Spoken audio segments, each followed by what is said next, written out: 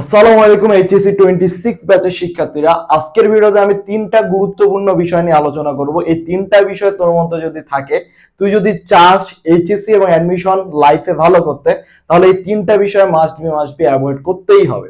তোকে must be avoid করতে হবে এই তিনটা বিষয়, তুই যদি চাস এইচএসসি এবং অ্যাডমিশন লাইফে ভালো কিছু একটা করতে।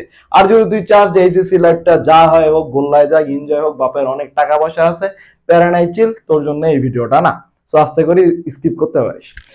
তো প্রথম এইচএসসি 26 লাইফের ব্যাচের যে প্রথম ভুল, সেটা হচ্ছে ফার্স্ট ইয়ারের প্রতিটা কলেজ ফার্স্ট ইয়ারের প্রথম যে ভুলগুলো করে সেটা হলো টাইম ওয়েস্ট। বেশিরভাগ স্টুডেন্ট হচ্ছে এই ফার্স্ট টাইম বাড়ি থেকে বাইরে পড়াশোনা করতে যায়, বাড়ির বাইরে পড়াশোনা করতে যায়। এর ফলে তারা কোনো না কোনো একটা মেসে থাকে অথবা কোনো হোস্টেলে থাকে, কলেজ হোস্টেল বল, মেসে থাকে। নতুন নতুন ফ্রেন্ড হইতেছে, নতুন নতুন টাইম খুব মজায় মজায় কাটতেছে। তো ভাবে যে 2-3 মাস একটু চিল করি, সময় তো অনেক, 20 মাস সময়, প্যারা নাই, 2-3 মাস একটু নতুন নতুন ফ্রেন্ডদের সাথে একটু চিল করি, এই জায়গায় যাই ঘুরতে, ওই জায়গায় যাই ঘুরতে। আমি অবশ্যই বলতেছি ঘোরাঘুরি খারাপ কিছু না, অবশ্যই তুই ঘুরতে যাবি, তুই যে এলাকায় থাকবি অবশ্যই ওই এলাকার আশেপাশে সব স্থান ঘুরে দেখবি। এটা স্টুডেন্টের একটা দায়িত্বের মধ্যে আমার কাছে মনে হয় যেন, যে হ্যাঁ তুই একটা জায়গায় আসিস, সেই জায়গার কিছুই জানোস না, সারাদিন ঘরের মধ্যে বন্দি হয়ে আসিস, এটা আসলে উচিত না। কিন্তু এমনটা যাতে না হয় যে তুই টাইম ওয়েস্ট এতটাই বেশি করে ফেলছিস যে তোর 2-3 মাস ধরে বইয়ের কোনো হাতেই দিস নাই, সারাদিন বন্ধু বান্ধব নিয়ে ঘুরে বেড়াইছিস, কলেজ গেছিস আর আড্ডাবাজি করছিস। এই দুটা যদি হয় তাহলে তোর দ্বারা এইচএসসি লাইফে কোনোদিন ভালো কিছু করা সম্ভব না।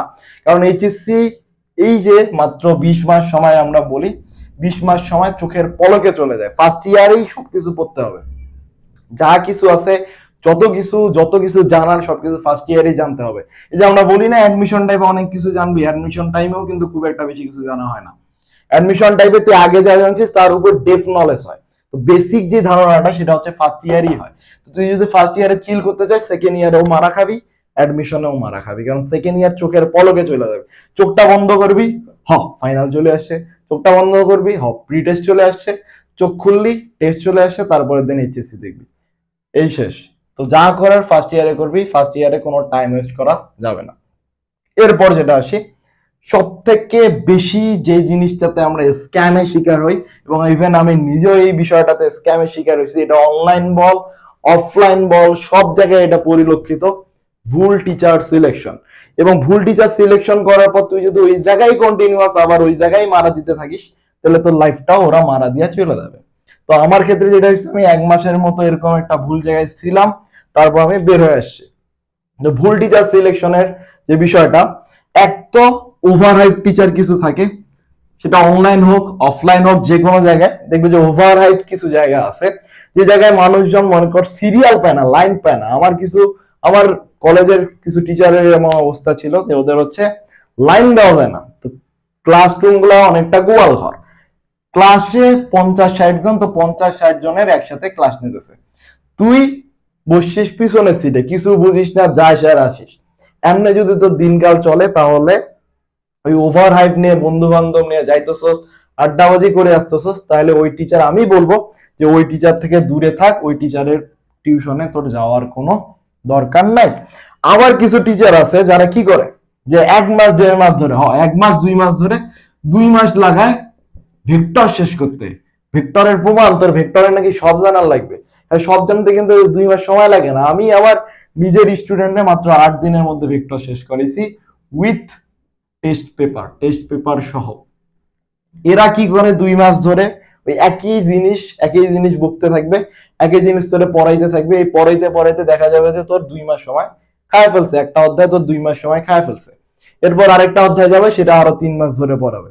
তো এই টিচার গুলা থেকে যতটা পারো অ্যাভয়েড করা। আরেক গ্রুপের টিচার পাওয়া যাবে যেগুলো হচ্ছে ওভার হাইপ। তো 2 গ্রুপের টিচার থেকে তুই ইগনোর থাকতে পারিস, সেটা হোক অনলাইন হোক অফলাইন দুনিয়ায়। যে তোর 70-80 জন ধরে পড়াইতেছে, অনেকজন টিচার, লাইন দেওয়া যায় না, ব্যাচে জায়গা নাই, এইসব দেখে কোনোদিন কোনো একটা টিচারের কাছে ভর্তি হবি না। তো কিভাবে ভর্তি হবি, তুই অবভিয়াসলি ওই টিচার গুলার কাছে স্পেসিফিক, ওই টিচার গুলার কাছে তোর কোন কোন সিনিয়র পড়ছে, সে সিনিয়র গুলার কাছে খোঁজ খবর নেবে এবং তাদের আসলে বেনিফিট হয়েছে কিনা। এবং কোনো ফাতরা সিনিয়রের কাছে আবার নিতে যাবি না, যে ফাতরা টিচারদের মতো ফাতরা সিনিয়রদের কাছে তুই সাজেশন নিতে যাস না, যে বেটা নিজেই নিজের লাইফ নিয়ে শিওর না, সে তোরে কোনোদিন ভালো সাজেশন দিবে না। তো ওই ধরনের সিনিয়র যারা হচ্ছে সিরিয়াস, যারা চায় তাদের নিজের জুনিয়ররাও ভালো কিছু করুক, নিজেরাও ভালো কিছু করতে চেষ্টা করতেছে, তাদের কাছেই সাজেশন নিবি। এরপর আসি নেক্সট যে ভুলটা করে, সেটা হলো সব সাবজেক্ট গুলাতে সেম গুরুত্ব না দেওয়া। এই ব্যাটারা ফার্স্ট ইয়ার থেকে ধরে নেয় আমি তো ডাক্তার, ওহ একটা আলাদা ফিল আসে, আমি তো ডাক্তার, আমার ফিজিক্স কেমিস্ট্রি, ফিজিক্স ম্যাথ এসব কোনো সাবজেক্ট, এগুলো তো আমার পড়ার দরকারই নাই। আরেক গ্রুপের আমি তো ইঞ্জিনিয়ার, আমি তো পড়বো বেটা বুয়েটে, আমার তো বেটা বায়োলজি পড়ার কোনোদিন দরকারই পড়বে না। আরে বেটা তোর এইচএসসি দিতে হবে না? সারাদিন এই বেটারা পড়ে থাকে, ইঞ্জিনিয়ারিং গ্রুপের গোলাপান সারাদিন পড়ে থাকবে ম্যাথ ফিজিক্স নিয়ে, ইংলিশ পড়ার কোনো জায়গা নাই, বায়োলজি পড়ার কোনো ধ্যান ধারণা নাই। পুরা গেছে এই সাবজেক্ট আমার সাইডা যে কতদূর চলে গেছে আমি নিজেও জানি না। আবার যারা মেডিকেল অ্যাসপিরেন্ট এরা তো আবার জীবনে ম্যাথ বই টাচই করবে না, আরে ম্যাথ তো আমার তো এইচএসসি দেওয়ার লাগবে না। এই জিনিসটা মাথায় রাখিস যে তুই যদি এইচএসসি প্লাস না পাইস, তাহলে না তুই বুয়েটে ফর্ম তুলতে পারবি, না তুই মেডিকেলে ফর্ম তুলতে পারবি, দুইটার এক জায়গাও তুলতে পারবি না। তো Bangla English ICT biology math chemistry physics এইগুলোর মধ্যে দুই তিনটা সাবজেক্টে যদি তোর এ প্লাস মিস যায়, তো জীবনে এ প্লাস আসবে না। মেডিকেলের ক্ষেত্রে তুই যদি ম্যাথ এখন ইগনোর করা শুরু করিস, ফিজিক্স ইগনোর করা শুরু করিস, তুই আস্তে করে মারাটা খাওয়া যাবি, আস্তে করে মারাটা খাওয়া যাবি এইচএসসি তে। তারপর তোর এতটা মাইনাস মার্কিং হয়ে যাবে যে তোর মেডিকেলে পরীক্ষা দিতে পারবি চান্স আর হবে না। ইঞ্জিনিয়ারিং এর ক্ষেত্রেও সেম। তো এই বিষয়টা মাথায় রাখবি, সব সাবজেক্ট গুলাকে সমানভাবে গুরুত্ব দিবি। কে জানে কখন কার লাখ কোন দিকে ঘুরে যায়, সো সব সাবজেক্ট গুলাকে সমান গুরুত্ব দিবি।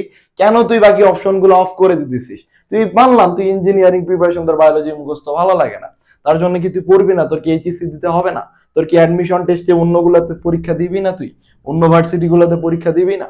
তোর কেন তোর ম্যাথ করা লাগবে না? ম্যাথ যদি যখন তুই করতেছিস না, তখন ম্যাথেও তুই এ প্লাস পাবি না, ফিজিক্সও পাবি না, কেমিস্ট্রির কিছু কঠিন কঠিন ম্যাথও তুই করতে পারবি না।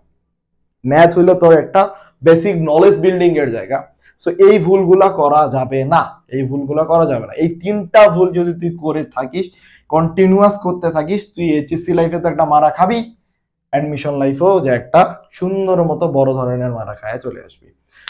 তো এই ছিল আজকের ভিডিও। তো যারা কেবলমাত্র ভর্তি হলি, সবে মাত্র ভর্তি হইতাছস কলেজে, এই ভুলগুলো অ্যাভয়েড করার চেষ্টা করবি এবং সব থেকে বড় বড় ভুল থেকে অ্যাভয়েড করবি, এই স্ক্যামটা শিকার হওয়া থেকে দূরে থাকবে, ভুল টিচার সিলেকশন।